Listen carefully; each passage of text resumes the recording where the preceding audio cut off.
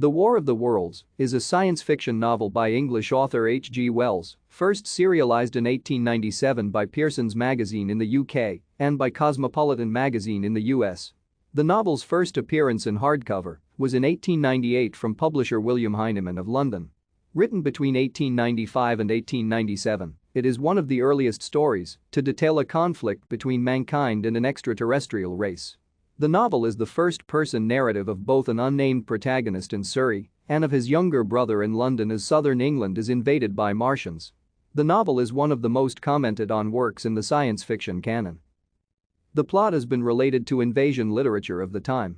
The novel has been variously interpreted as a commentary on evolutionary theory, British imperialism, and generally Victorian superstitions, fears, and prejudices. Wells said that the plot arose from a discussion with his brother Frank about the catastrophic effect of the British on indigenous Tasmanians. Thank you for watching. Like and subscribe if you would like to view more of our videos. Have a nice day.